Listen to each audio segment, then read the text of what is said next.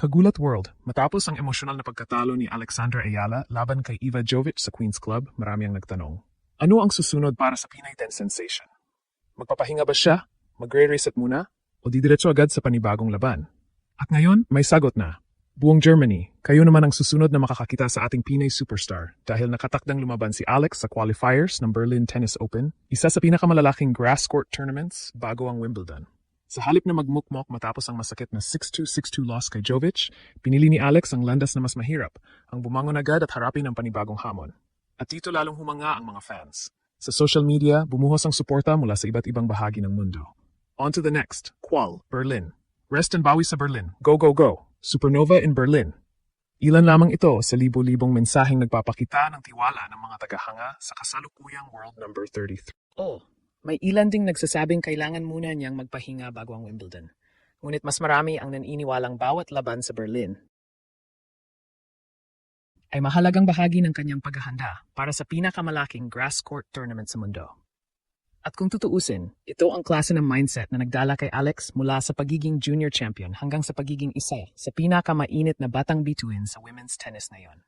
Kaya habang ang iba ay nakatingin sa kanyang pagkatalo sa London, si Alex naman ay nakatingin na sa susunod na laban. At ngayon, isang bagong bansa na naman ang posibleng magulat.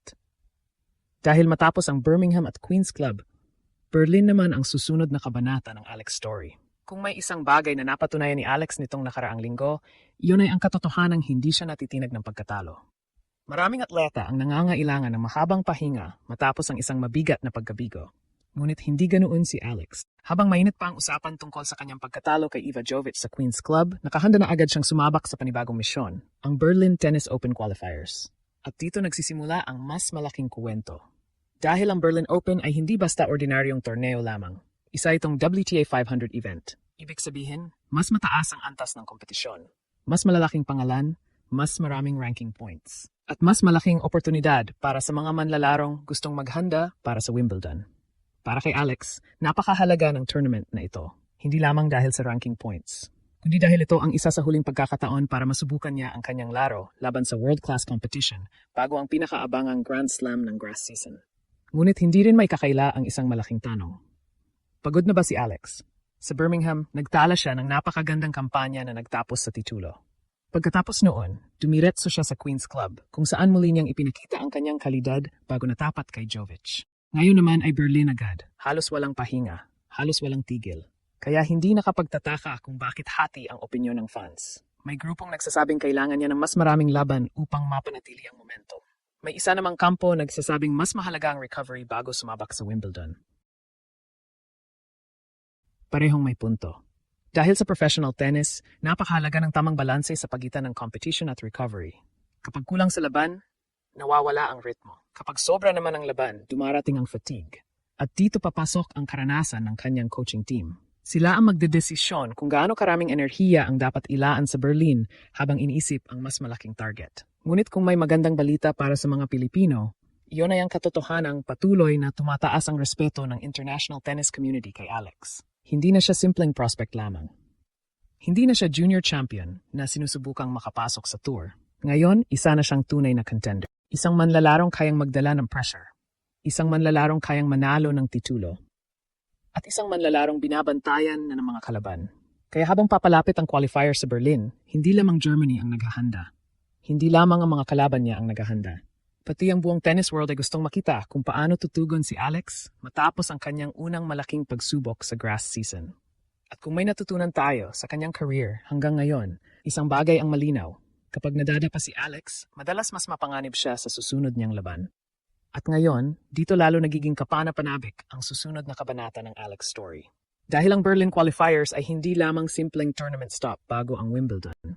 Para kay Alex, isa itong pagkakataon para agad sagutin ang mga tanong na lumabas matapos ang kanyang pagkatalo sa Queen's Club. Pagod nga ba talaga siya? Nawala na ba ang momentum niya? O isa lamang bang masamang araw ang labontra Eva Jovic? Sa loob ng ilang araw, maaring makuha natin ang sagot. Tandaan natin na ang Berlin Open ay isa sa pinakamalalakas na preparatory tournaments bago ang Wimbledon. Maraming top-ranked players ang lumalahok dito upang mahasa ang kanilang laro sa grass courts bago sumabak sa Grand Slam. At para kay Alex, bawat qualifier match ay parang mini-finals. Walang madaling kalaban. Walang libreng panalo. Kailangan mong ipaglaban ang bawat punto. Kailangan mong ipakita na karapat-dapat kang makapasok sa main draw. Ngunit kung may isang bagay na napatunayan na ni Alex ngayong season, iyon ay ang kanyang kakayahang bumawi pagkatapos ng mga pagsubok. Sa bawat pagkakataong may nagduda sa kanya, may sagot siya sa court. Noong marami ang nagsasabing mahihirapan siyang makipagsabayan sa mga veteranong WTA players, naghatid siya ng mga upset victories. Noong may mga nagsasabing masyadong mabilis ang kanyang pag-akyat sa rankings, nagpakita siya ng consistency laban sa world-class competition. At ngayon, matapos ang pagtalo kay Jovic, muli na namang sinusubok ang kanyang kakayahang bumangon. Ang nakakatuwa rito, karamihan ng fans ay hindi nakatingin sa pagkatalo. Nakatingin sila sa susunod na oportunidad. Sa social media, halos pare-pareho ang mensahe. Pahinga muna, tapos laban ulit. Berlin is next. Bounce back, Alex. Supernova in Berlin. Ipinapakita lamang nito kung gaano kalaki ang tiwala ng mga Pilipino sa kanya. Hindi dahil nananalo siya palagi, kundi dahil ipinakita niyang kaya niyang lumaban kahit sa pinakamahirap na sitwasyon. At kung tutuusin, maaring may positibong epekto pa ang pagkatalo niya sa Queen's Club. Dahil imbes na maglaro ng mas maraming rounds doon at mapagod ng husto, nagkaroon siya ngayon ng ilang dagdag na araw para mag-recover, mag-training at ayusin ang mga aspetong nakita nilang kailangang pagbutihin bago ang Berlin at Wimbledon. Minsan sa tennis, ang isang pagkatalo ay hindi katapusan. Minsan, ito ang nagiging reset button. At yun mismo ang kailangan ni Alex sa puntong ito ng season. Dahil habang ang iba ay nakatuon sa scoreline laban kay Jovic, malamang ang team ni Alex ay nakatuon na sa mas malaking larawan.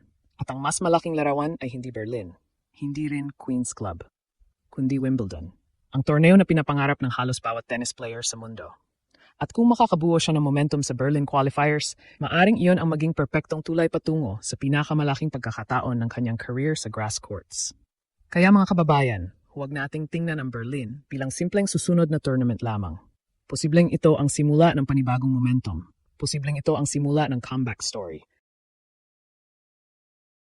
At posibleng dito natin muling makita ang Alex na nagpasabog ng tennis world nitong mga nakaraang buwan. Sa ngayon, tapos na ang Queen's Club. Tapos na ang usapan tungkol sa pagkatalo kay Iva Jovic. Ang tunay na tanong ngayon ay kung ano ang susunod. At ang sagot ay malinaw, Berlin, isang bagong lungsod, isang bagong torneo. At panibagong pagkakataon para sa Pinay tennis sensation na ipakita kung bakit siya kabilang sa mga pinaka-inaabangang batang bituin sa mundo ng tennis. Hindi man perpekto ang naging pagtatapos niya sa London, nananatiling napakalaki ng kanyang nagawa sa grass season. Mula Birmingham champion hanggang WTA top 33 contender, patuloy niyang binubuksan ang mga pintuan na matagal nang sarado para sa Philippine tennis. Kaya habang naghahanda ang Germany para sa Berlin Open, naghahanda rin ang milyon-milyong Pilipino na muling suportahan ang kanilang pambato. Dahil isang bagay ang sigurado. Kapag si Alex ay nakabangon at nakahanap muli ng kanyang ritmo, hindi lamang Germany ang maaring magulat. Maaring buong mundo na naman. At ang susunod na malaking headline ay hindi tungkol sa kanyang pagkatalo, kundi tungkol sa isa na namang makasaysayang tagumpay para sa Pilipinas.